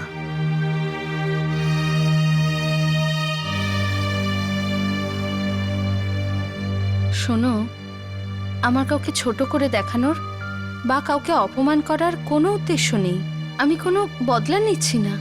It's not an I for an I. আমি শুধু আমার আত্মসম্মান ফেরত পেতে চাই। এটা আমার আত্মসম্মানের লড়াই। যেমন ওরা যদি আমাকে এটা বলতো যে আমাকে কাজ থেকে বের করে দিচ্ছে এই জন্য যে কাজের পরিমাণ কম, আমি মেনে নিতাম। কিন্তু ওরা এটা বলছে যে আমি ইনকম্পিটেন্ট শুধু এই জন্য যে আমি একজন খারাপ লোকের নোংরা কাজের প্রতিবাদ করেছি। এটা অন্যায়। এটা কাপুরুষদের কাজ। আরে আপনার সাহস নেই যে আপনি সত্যের সম্মুখীন হতে পারেন, সত্যকে বিচার করার, ভুলকে ঠিক করার। কিন্তু না, আমার মধ্যে আছে। আমি করব। আমি লড়ব আমার আত্মসম্মানের জন্য।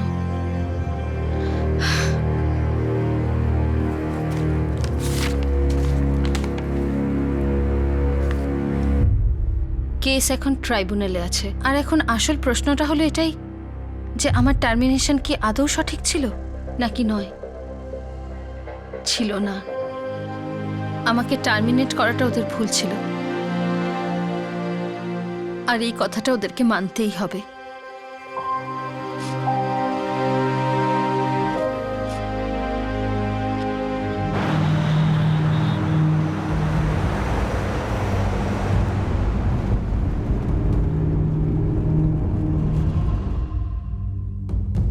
মিসেস নম্রতা দাসের অভিযোগ বেসলেস নয়, আর না এটা কোনো পরিকল্পিত ষড়যন্ত্র।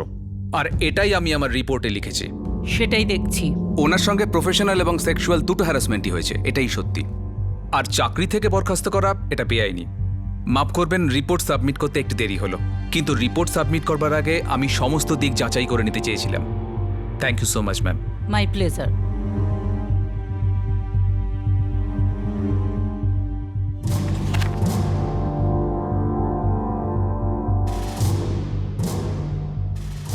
আশা করতে পারি যে এবার কেসের শুনানি হবে, আমরা প্রেশার দিতে পারি।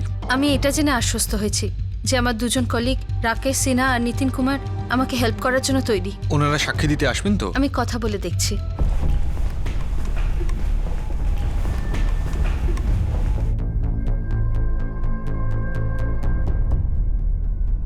আমাদের দুজনের এটাই মত যে নম্রতার ব্যাপারে ইন্টারনাল এনকোয়ারি হওয়া দরকার ছিল।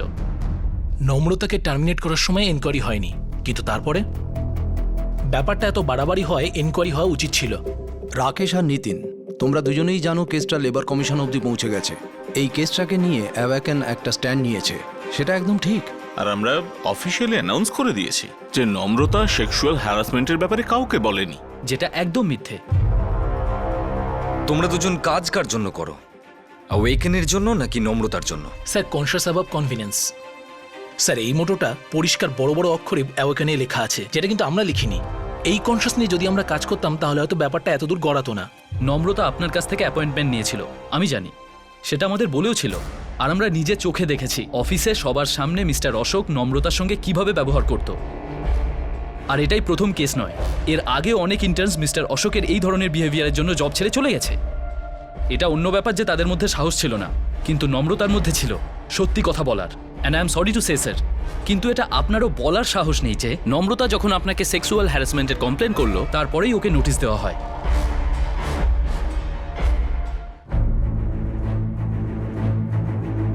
স্যার, এটা সুমিত স্যার পাঠিয়েছেন।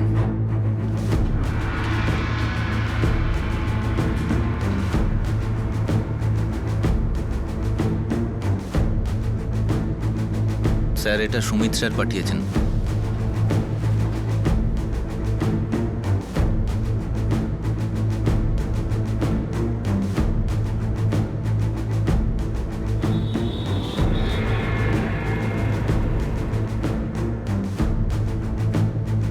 যখন যেখানে তোমার দরকার হবে আমরা আসবো আর সাক্ষীও দেব। আর হোপফুলি আমরা মুম্বাইতেই থাকবো যখন তোমার আমাদের দরকার পড়বে। Thanks, really. এতে থ্যাঙ্কস জানানোর কি আছে নম্রতা? এমনিতেও এখন আমরা অ্যাওয়াকেনের কাছ থেকে মুক্ত। কতদিন আর ওই নোংরামিকে সহ্য করতাম? You can only lose something that you have, but you can't lose something that you are. এটা হলো একটা ফেমাস লাইন।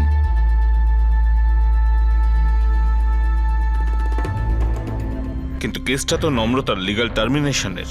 হ্যাঁ, কিন্তু কথা তো উঠবেই না। সলিউশনটা কি? বিষয়টা যদি খুবই ব্যক্তিগত পর্যায়ে পৌঁছে যায়, মানহানির মামলাও করে যেতে পারে।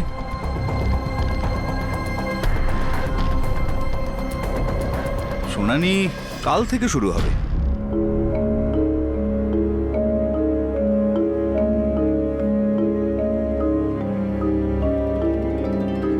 নম্রতা, হুম? আমি যাব তোমার সাথে? আরে না বাবা, তোমার কাজের কোনো ক্ষতি করো না, আমি একাই সামলে নেব। আর আমি এমনিতেও এটা জানি যে তুমি সবসময় আমার সাথে আছো। All the best. All the best mamma. ও থ্যাংক ইউ সোনা। চলো, এনো। চলো চলো চলো চলো চলো, বাই, চলো।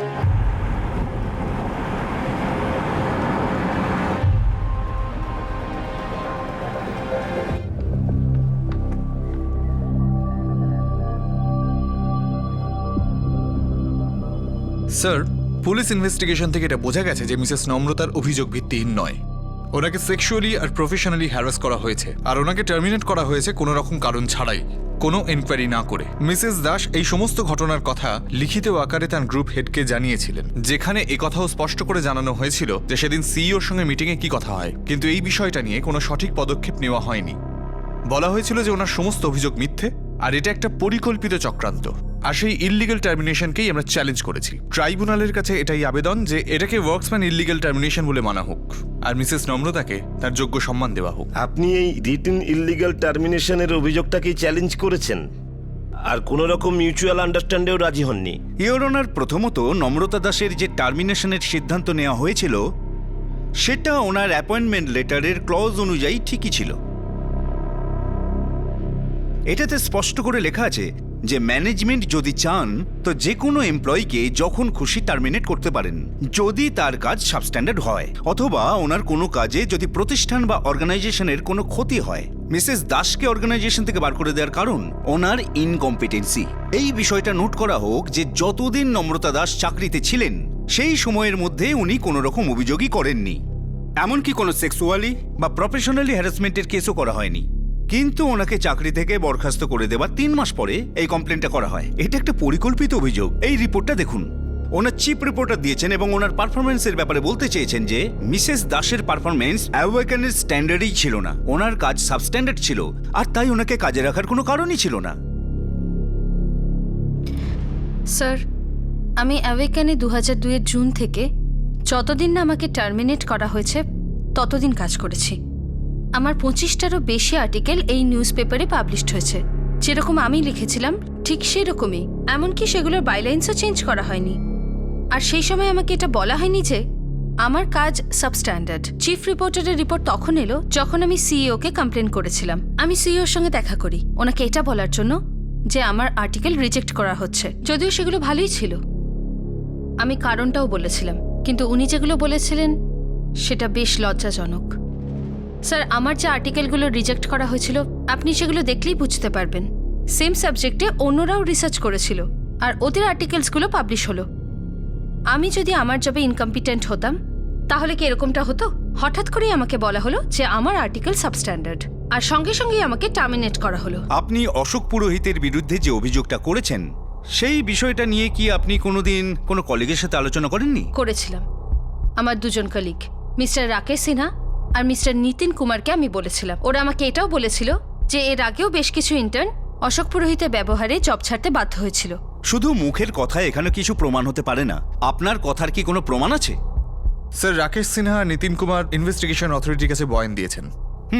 ওই দুজনের সিগনেচারও ওই চিঠির মধ্যে আছে, যার মধ্যে লেখা আছে যে নম্রতা দাস যে অভিযোগটা করেছেন সেটা ভিত্তিহীন, আর তারপরেই ওই চিঠিটা পুলিশকে দেওয়া হয়েছে। Sir, this is also an important point. Police তদন্ত করতে যখন ওখানে পৌঁছয় তখন তাদের একটা চিঠি দিয়ে তদন্ত বন্ধ করে দেওয়া হয়। স্যার, তারপরে তদন্ত তখনই শুরু হয় যখন একজন আইপিএস র্যাঙ্কের অফিসারের হাতে এই কেসটা তুলে দেওয়া হয়। স্যার, এর আগে পুলিশ অফিসারদের উপর অ্যাওয়েকেনের মতন একটা বড় কোম্পানির এতটাই প্রেশার ছিল যে তারা তদন্ত করতেই পারেননি। স্যার, আপনি বুঝতেই পারছেন যে এমপ্লয়িটা কতটা চাপে পড়ে ওই চিঠিতে সই করেছিল। অ্যাওয়েকেনে তো সেক্সুয়াল হ্যারাসমেন্ট সেল ছিলই না। যখন মিসেস নম্রতা দাস ন্যায় বিচার পাওয়ার জন্য সম্ভাব্য সব রকম চেষ্টা শুরু করলেন, ঠিক তারপর অ্যাওয়েকেনে সেক্সুয়াল হ্যারাসমেন্ট সেল তৈরি করা হলো। ইয়োর অনার, যেহেতু আমি অ্যাওয়েকেনের ব্যুরো চিফ, এটা আমার দায়িত্ব যে আমাদের এখানে পাবলিশ হতে চলা যে কোনো আর্টিকেলের কোয়ালিটির উপর নজর রাখা। আমাদের চিফ রিপোর্টার বহুবার আমার মনোযোগ এই ব্যাপারে আকর্ষণ করার চেষ্টা করেছিলেন যে নম্রতার আর্টিকেলসে ভুল ছিল, ফ্র্যাকচুয়ালও আর গ্রামাটিক্যালও। আমার কাজ হলো ভুলগুলোকে শুধরে দেওয়া আর আমার আন্ডারে কাজ করা এমপ্লয়ীদের ভালো কাজ করার জন্য সবসময় এনকারেজ করা। আর সেই সঙ্গে আমাকে এটাও জাজ করতে হয় যে আমাদের এখানে কাজ করা সমস্ত এমপ্লয়ীদের মধ্যে ভবিষ্যতে কে এগিয়ে যেতে পারে আর কে নয়। আর যতদূর মিসেস নম্রতা দাসের ব্যাপার, যবে থেকে উনি আমাদের অফিসে এসেছেন উনি একজন ইনকম্পিটেন্ট এমপ্লয়ি ছিলেন, আর উনি এমন একজন এমপ্লয়ি ছিলেন যার কাজ শুধরাবার কোনো উপায় ছিল না। ইয়োর অনার, যে সেক্সুয়াল হ্যারাসমেন্টের অভিযোগ ইনি আমার নামে করেছেন সেটা একেবারেই ভিত্তিহীন। বেসিক্যালি উনি আমার আর আমার কোম্পানির উপর প্রতিশোধ নেওয়ার জন্য এরকম বাজে আর জঘন্য অভিযোগ করছেন। একজন ব্যক্তি যার অধিকাংশ আর্টিকেল ছাপা হয়, আপনার মনে হয় তিনি ইনকম্পিটেন্ট এবং তাকে শুধরানো সম্ভব নয়। কোয়ালিটি আর কোয়ান্টিটিতে অনেক পার্থক্য আছে। চিফ রিপোর্টারের রিপোর্ট অনুযায়ী মিসেস নম্রতা দাসের ইনকম্পিটেন্সির দুটো কারণ আছে। উনি ততগুলো আর্টিকেল শেষ করেননি যতগুলো করার কথা ছিল, তার মানে কম কোয়ান্টিটি, আর অন্যদিকে খারাপ কোয়ালিটি। একদিকে কম কাজ আর অন্যদিকে সাবস্ট্যান্ডার্ড কাজ। হ্যাঁ, হতে পারে। আর চিফ রিপোর্টারের রিপোর্ট অনুযায়ী মিসেস নম্রতা দাস আপনার বিরুদ্ধে কোনো অভিযোগ করেননি, আর আপনার ব্যবহারে এমন কোনো দোষ ছিল না যা নিয়ে অভিযোগ করা যায়। আপনি আমার রেকর্ড চেক করতে পারেন ইয়োর অনার। আমার এত লম্বা কেরিয়ারে আজ পর্যন্ত কখনো কেউ আমার নামে কোনো অভিযোগ করেনি। প্রথমবার আমার জীবনে কোনো ফিমেল এমপ্লয়ি এরকম জঘন্য একটা অভিযোগ করেছেন।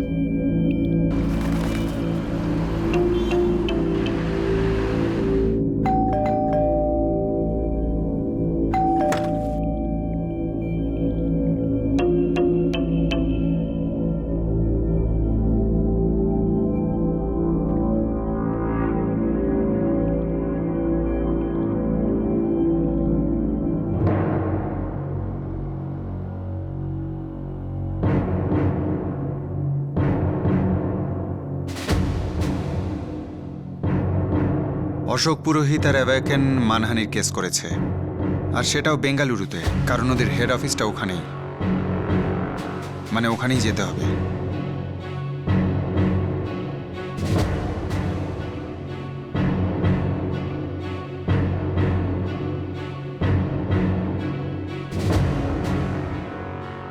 এটা মানহানি আর কনস্পিরেসির মামলা। আপনার আরও একজন উকিল লাগবে। মুম্বাই থেকে ব্যাঙ্গালোর, ব্যাঙ্গালোর থেকে মুম্বাই, এখানকার ট্রাইব্যুনাল আর ওখানকার হাইকোর্ট, আমাকে 2 জায়গাতেই উপস্থিত থাকতে হবে। হ্যাঁ, করতে তো হবেই, লড়াইটা আপনার।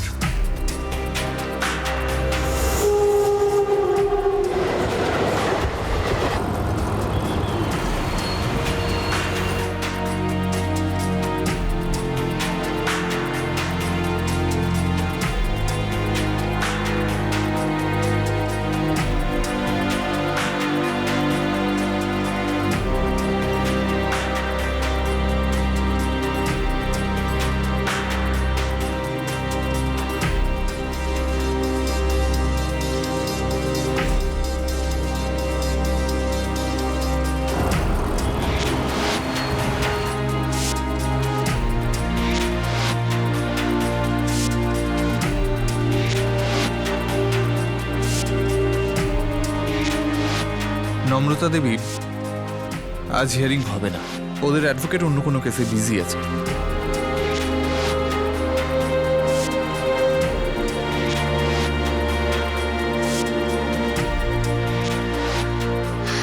হিয়ারিংটা কবে হবে? জানি না, ওই জাজের তো ট্রান্সফার হয়ে গিয়েছে, এখন নতুন জাজ আসা পর্যন্ত অপেক্ষা করতে হবে আর কি।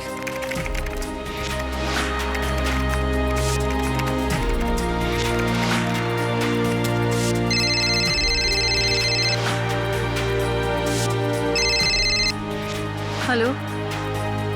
Yeah, Namrata Das here. Thank you so much. But I'm really sorry. আমি আপাতত ফ্রিল্যান্স কাজ করছি। না না, সত্যি, কারণ কেসের কারণে আমাকে কখনো মুম্বাই যেতে হয় আর কখনো ব্যাঙ্গালোর। আমি কমিট করতে পারবো না। থ্যাঙ্কস।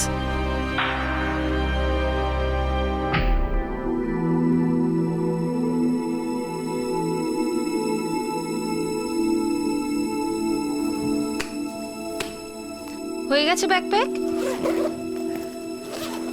মা তুমি জানো আজকে আমাদের স্কুলে এসে কম্পিটিশন আছে। ভালো করে লিখবে, হ্যাঁ?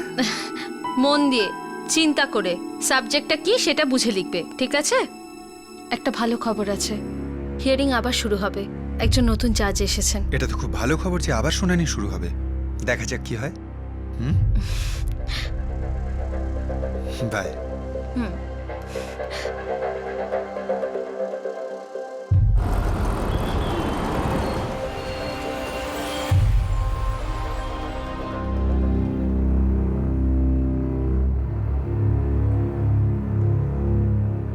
আমি অ্যাওয়েকেনে গত 7 বছর ধরে কাজ করছি, আর মিস্টার অশোক পুরোহিতকে আমি খুব ভালো করেই চিনি। উনি নিতান্তই একজন সৎ ব্যক্তি এবং খুব ভালো প্রফেশনালও। আমার মনে হয় না নম্রতা দাসের অভিযোগে কোনো সত্যতা আছে। এ ব্যাপারে কোনো সন্দেহই নেই যে মিসেস নম্রতা দাসকে টার্মিনেটেড করার কারণটা ওনার সাবস্ট্যান্ডার্ড কাজ। হ্যাঁ, যদি অশোক পুরোহিতের কথা বলেন, তাকে আমি অনেক দিন ধরে চিনি। শুধু নম্রতাই কেন, ও কোনো মহিলার সাথেই এই ধরনের ব্যবহার করতেই পারে না। সো মিস্টার আনন্দ শর্মা, আপনার সঙ্গে মিসেস নম্রতা দাসের একবারই দেখা হয়েছে। কিন্তু আমি এটা জানতাম যে ওনার কাজ নিয়ে কেউই খুশি নয়। এটা আপনি কবে জানলেন? রেগুলার বোর্ড মিটিংয়ে ব্যুরো চিফ আর চিফ রিপোর্টারের সাথে এসব নিয়ে ডিসকাস হতো। তাহলে কি আপনি কখনো এই ব্যাপারে কোনো মেমো ইস্যু করেছিলেন? না, কোনো প্রয়োজন পড়েনি। মিসেস দাস প্রবেশনে ছিলেন, এই কারণে ইনফরমালি ডিসিশন নিতে আমাদের কোনো অসুবিধাই হয়নি। ইয়োর অনার, প্রথমত নম্রতা দাস প্রবেশনে ছিলেন, তাই আইনত ওনাকে কিছুতেই ওয়ার্কম্যান বলা যায় না। উনি এমপ্লয়ি ছিলেন না, উনি শুধু প্রবেশনে কাজ করে একজন রিপোর্টার ছিলেন। আপনি ঠিক কি বলতে চাইছেন? স্যার, আমি এটাই বলতে চাই যে এই কেসটা লেবার ট্রাইব্যুনাল জুরিডিকশনের মধ্যে আসতেই পারে না, কারণ মিসেস দাস এমপ্লয়ি ছিলেন না, আর সেই কারণে ওনাকে ওয়ার্কম্যান বলা যেতে পারে না।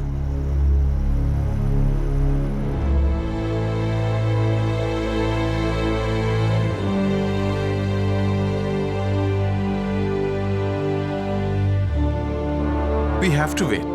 পরের জাজ আসা পর্যন্ত আমাদের অপেক্ষা করতেই হবে।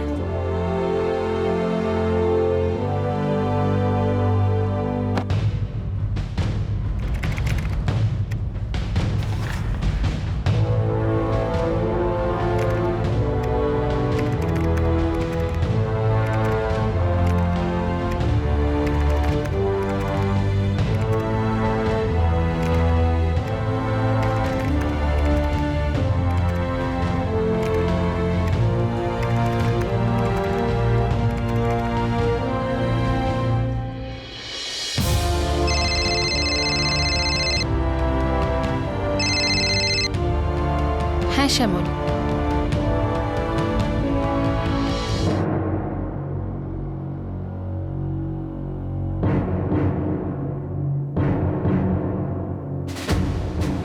স্যার গত আর্গুমেন্টে আমি এটা প্রমাণ করেছিলাম যে আইনত মিসেস দাসকে ওয়ার্কম্যান হিসেবে গণ্য করা যায় না, কারণ উনি প্রফেশনালি ছিলেন কিন্তু এমপ্লয়ি নন। স্যার আমার ক্লায়েন্ট একজন ওয়ার্কিং জার্নালিস্ট ছিলেন। আপনি এই অ্যাক্টের দিকে নজর দিলে দেখবেন যেখানে স্পষ্ট করে লেখা আছে একজন ওয়ার্কিং জার্নালিস্টের ডেফিনিশন হলো এমন যে কোনো একজন ব্যক্তি যার কাজ হলো জার্নালিজম, সেটা হোল টাইমই হোক বা পার্ট টাইম। তিনি কোনো এক বা একাধিক সংবাদপত্রের সঙ্গে যুক্ত।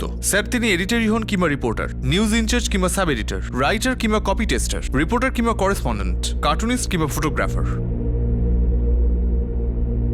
মিসেস নম্রতা দাস উনি একজন ওয়ার্কম্যান। এই ট্রাইব্যুনাল ওনাকে ওয়ার্কম্যান গণ্য করে। এই ওয়ার্কম্যানের আর্গুমেন্ট তো কাজেই এলো না। হ্যাঁ, জাজ আমাদের আর্গুমেন্টস ডিসমিস করে দিলেন। ট্রাইব্যুনালের সিদ্ধান্তকে আমরা চ্যালেঞ্জ করতেই পারি। হাইকোর্টে একটা পিটিশন দিয়ে দেখি। এই ওয়ার্কম্যানের আর্গুমেন্ট তো কাজেই এলো না। হ্যাঁ, জাজ আমাদের আর্গুমেন্টস ডিসমিস করে দিলেন। ট্রাইব্যুনালের সিদ্ধান্তকে আমরা চ্যালেঞ্জ করতেই পারি। হাইকোর্টে একটা পিটিশন দিয়ে দেখি।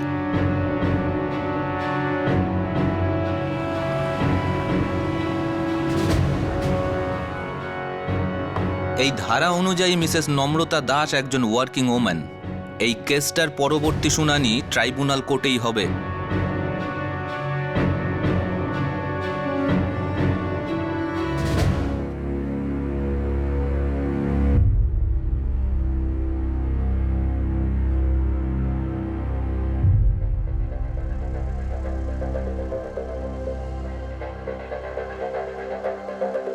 আবারও অপেক্ষা।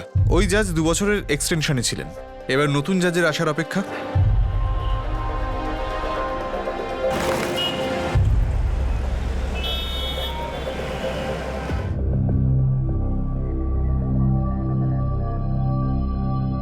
স্যার ওই লেটার যেখানে অ্যাওয়েকেনের সমস্ত এমপ্লয়ীদের সিগনেচার ছিল তাতে আমি চাপে পড়ে সাইনটা করেছিলাম। আমাকে তো এটুকুও বলা হয়নি যে ওর মধ্যে কি লেখা ছিল। স্যার আমি আমার তরফ থেকে কনফিডেন্স নিয়ে বলতে পারি যে বাকি এমপ্লয়িরাও চাপে পড়েই সাইন করেছিল। হতে পারে এটা আপনার সঙ্গেই হয়েছে, অন্যদের সঙ্গে হয়তো হয়নি। আপনি আপনার ব্যাপারে কথা বলুন, আর অন্যদের ব্যাপারে বলার দরকার নেই। স্যার যদি একজন এমপ্লয়ি চাপে পড়ে সই করতে পারে তাহলে এটা হওয়ার সম্ভাবনা থেকেই যাচ্ছে যে অন্যান্য এমপ্লয়িরাও চাপে পড়েই সই করেছে। স্যার আমি অন্যান্য এমপ্লয়িদের সঙ্গে কথাও বলেছি, কিন্তু কেউ অন রেকর্ড এই কথা বলতে চায় না। স্যার আমরা সেটা নিয়েই আলোচনা করতে পারি যেটা অন রেকর্ড হবে। স্যার অন রেকর্ড তো হলো ওই চিঠিটা যেটা এই সংস্থা ইনভেস্টিগেটরদের পাঠায়, যেখানে সমস্ত এমপ্লয়ির সিগনেচার আছে। স্যার ওই একটা চিঠির জন্য সমস্ত তদন্ত থেমে যায়। স্যার এটা তো তদন্ত থামিয়ে দেওয়ার জন্য এক ধরনের চাপ দেওয়াই হলো, তাই না? হ্যাঁ, নম্রতা দাসের ইনকম্পিটেন্সের ব্যাপারে আমি শুনেছিলাম। আপনি সিইওর পিএ? ইয়েস। নম্রতা দাসের সঙ্গে আপনার কতবার দেখা হয়েছে? 3 বার, যখন অ্যাপয়েন্ট করা হয়েছিল, দ্বিতীয়বার যখন উনি সিইও স্যারের অ্যাপয়েন্টমেন্ট চান, আর তৃতীয়বার যখন ওনাকে লিভিং লেটার দেওয়া হয়। আর এই 3টি মিটিংয়েই আপনি বুঝতে পারলেন যে মিসেস নম্রতা দাস কাজের ব্যাপারে কতটা ইনকম্পিটেন্ট। আমি বললাম তো, অফিসে আমি এই ব্যাপারে শুনেছিলাম। স্যার মিসেস নম্রতা দাস জার্নালিজমে ডক্টরেট করেছেন। অওয়েকেন জয়েন করার আগে ওনার প্রায় 12 বছরের এক্সপিরিয়েন্স ছিল। অওয়েকেনেও ওনার আর্টিকেল ছাপা হয়েছে, আর ওখান থেকে ওনাকে ইলিগাল ভাবে বার করে দেওয়ার পরেও প্রায় 10 বছর উনি ফ্রিল্যান্স জার্নালিস্ট হিসেবে কাজ করছেন। আর এখানে কিছু আর্টিকেল আছে যেগুলো মিসেস দাস ফ্রিল্যান্স জার্নালিস্ট হিসেবে লিখেছেন আর যেগুলো ছাপাও হয়েছে। স্যার মিসেস দাস কোনো সাধারণ রিপোর্টার নন। তার সম্পর্কে এটা কখনোই বলা যায় না যে উনি নিজের কাজে অক্ষম বা ইনকম্পিটেন্ট।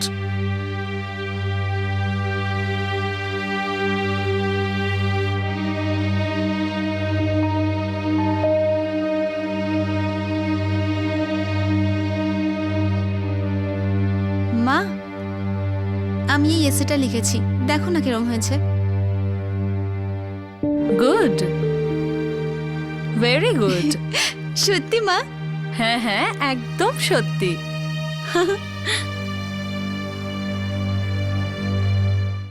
দিল্লির করেসপন্ডেন্টকে বলো ওই মেয়েটার পরিবারের সমস্ত ডিটেল জোগাড় করতে। I think we should do the story in the Sunday edition. Rape লসের ওপর বিশাল বিতর্ক চলছে, সেক্সুয়াল হ্যারাসমেন্ট, ইপটিজিং।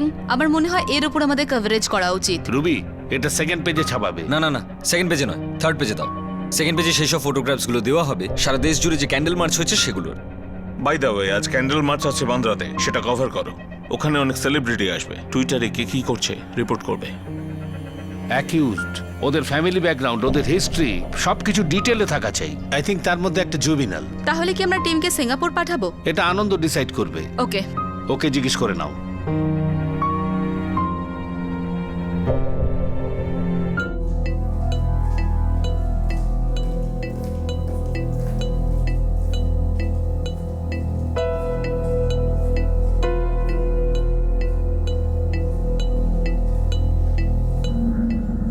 শেষ পর্যন্ত ওই দিনটা এসেই গেল।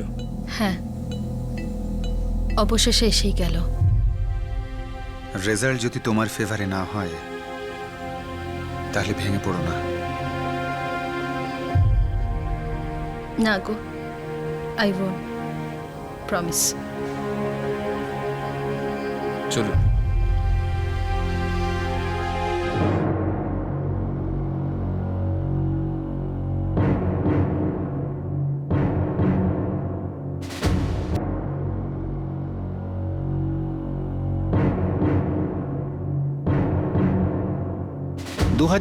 সাল থেকে আজ পর্যন্ত দুপক্ষ থেকে দেওয়া সমস্ত আর্গুমেন্ট আমি পড়েছি। তারই ভিত্তিতে কোর্ট এই সিদ্ধান্তে পৌঁছেছে আওয়েকন এই অর্গানাইজেশন মিসেস নম্রতা দাসের সঙ্গে অন্যায় করেছে।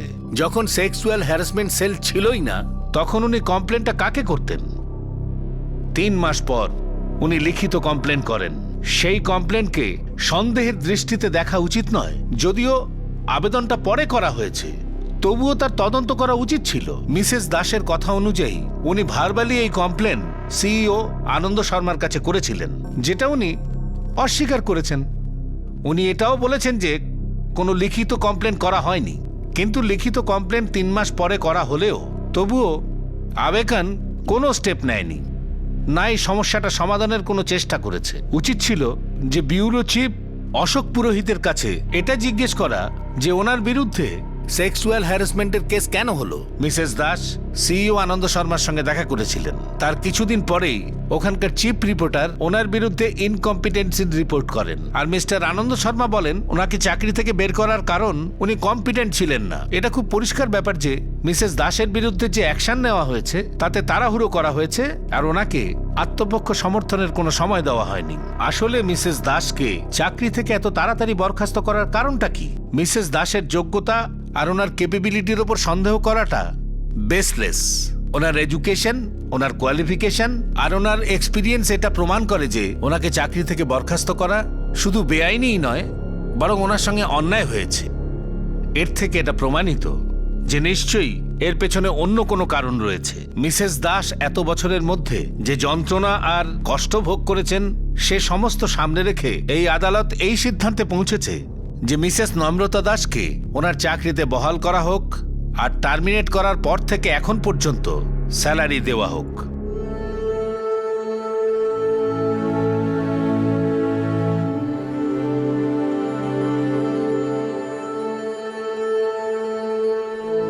সব সময় সব সমস্যায় আমাকে সাহায্য করার জন্য অনেক অনেক ধন্যবাদ। নম্রতা দেবী, ধন্যবাদ তো আমার আপনাকে দেওয়া উচিত। আপনি আমাকে বিশ্বাস করেছিলেন, আর আপনার এই বিশ্বাস নিজেকে বিশ্বাস করতে শিখিয়েছে। থ্যাংক ইউ কেন বলছো নম্রতা? লড়াই তো তুমি লড়েছ এত বছর ধরে, তাও একলা। Congratulations dear. To you to Kabita madam. আপনার মতো মানুষ খুব কম পাওয়া যায়, যিনি শুধু সমস্যাটাই বোঝেন না, সেটা প্রতিকার করার সাহসও যোগান। We are very proud of you Namrata. তুমি সাহস দেখিয়েছো আর এগিয়ে গেছো। শুধু তাই নয়, ন্যায় বিচার পাওয়া পর্যন্ত তুমি ভেঙে না পড়ে লড়াই করে গেছো। আপনি সাহায্যের জন্য হাত না বাড়ালে এটা কখনোই সম্ভব হতো না।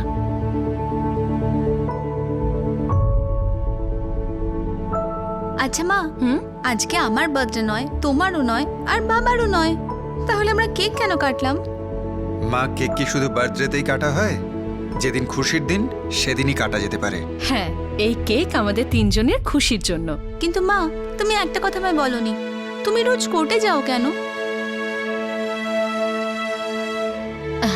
শোনা, আমি জার্নালিস্ট তো, তাই আমাকে আর্টিকেলের জন্য যেতে হয়। যেদিন তুই বড় হয়ে যাবি সেদিন তোর মা তোকে কোর্টরুমের একটা খুব ইন্টারেস্টিং গল্প শোনাবে। হ্যাঁ। Facts are many, but the truth is one. Tribunal কোর্টের অর্ডারের বিরুদ্ধে হাইকোর্টে আবেদন করা যেতে পারে। 2013 26শে ফেব্রুয়ারি আমাদের সংসদে একটা আইন পাশ হয়। এই আইন অনুসারে যে কোনো ওয়ার্ক প্লেসে কাজ করা যে কোনো মহিলা, তা সে বাড়িতে কাজ করা কোনো মহিলাই হোক কিংবা ক্ষেতের কোনো শ্রমিক, এই সকল মহিলাদের যৌন নিগ্রহ থেকে অর্থাৎ সেক্সুয়াল হ্যারাসমেন্ট থেকে সুরক্ষা দেওয়া হয়েছে। এই আইন অনুসারে এই ধরনের কেসের ক্ষেত্রে ওয়ার্ক প্লেসেই একটা কমিটি বানিয়ে 90 দিনের মধ্যে তা শুনানি করা উচিত। এরকম না করলে দোষী কোম্পানিকে 50,000 টাকা পর্যন্ত জরিমানা দিতে হতে পারে। বারবার এই আইনটিকে অমান্য করলে শাস্তিও বেড়ে যেতে পারে, আর কোম্পানির লাইসেন্স বা রেজিস্ট্রেশনও খারিজ হয়ে যেতে পারে। ক্রাইম পেট্রোল কুর্নিশ জানায় ওই মহিলাকে যে অন্যায়ের বিরুদ্ধে প্রতিবাদ করেছেন, ওনার স্বামীকেও, যিনি এই দীর্ঘ লড়াইয়ে ওনার স্ত্রীর সঙ্গ দিয়েছেন। আর কুর্নিশ করে সেই সব মানুষকে, সব প্রতিষ্ঠানকে যারা একটা বড় মিডিয়া হাউসের সামনে মাথা নত না করে উদাহরণ তৈরি করেছেন। এই মানুষগুলো তাদের বিবেকের কথা শুনেছেন আর ব্যক্তিগত সুবিধাকে প্রাধান্য দেননি। Concise above convenience. হয়তো শক্তিশালী মানুষদের বিরুদ্ধে এরকম লড়াই করাটাকে বেকার বলে মনে হতে পারে, কারণ তারা খুব সহজে আপনাকে দাবিয়ে দিতে পারে। তাদের কাছে সুযোগ সুবিধা আর শক্তির কোনো অভাব থাকে না। তাদের সাথে লড়তে গিয়ে সাধারণ মানুষ চাপের মুখে ভেঙে পড়তে পারে। কিন্তু আজ থেকে 100 বছর পরেও ডেভিড আর গোয়ালিয়থের কাহিনীর পুনরাবৃত্তি হবে আর আগামী প্রজন্মকে উৎসাহিত করা হবে। আপনাদের সাথে আবার দেখা হবে ক্রাইম পেট্রোল 10 থেকে আরো একটা নতুন কেস নিয়ে। ততক্ষণ নিজের খেয়াল রাখবেন, সুরক্ষিত থাকবেন, আর মনে রাখবেন, সত্যির পথটা হয়তো কঠিন, কিন্তু সেটাই সঠিক রাস্তা। জয় হিন্দ।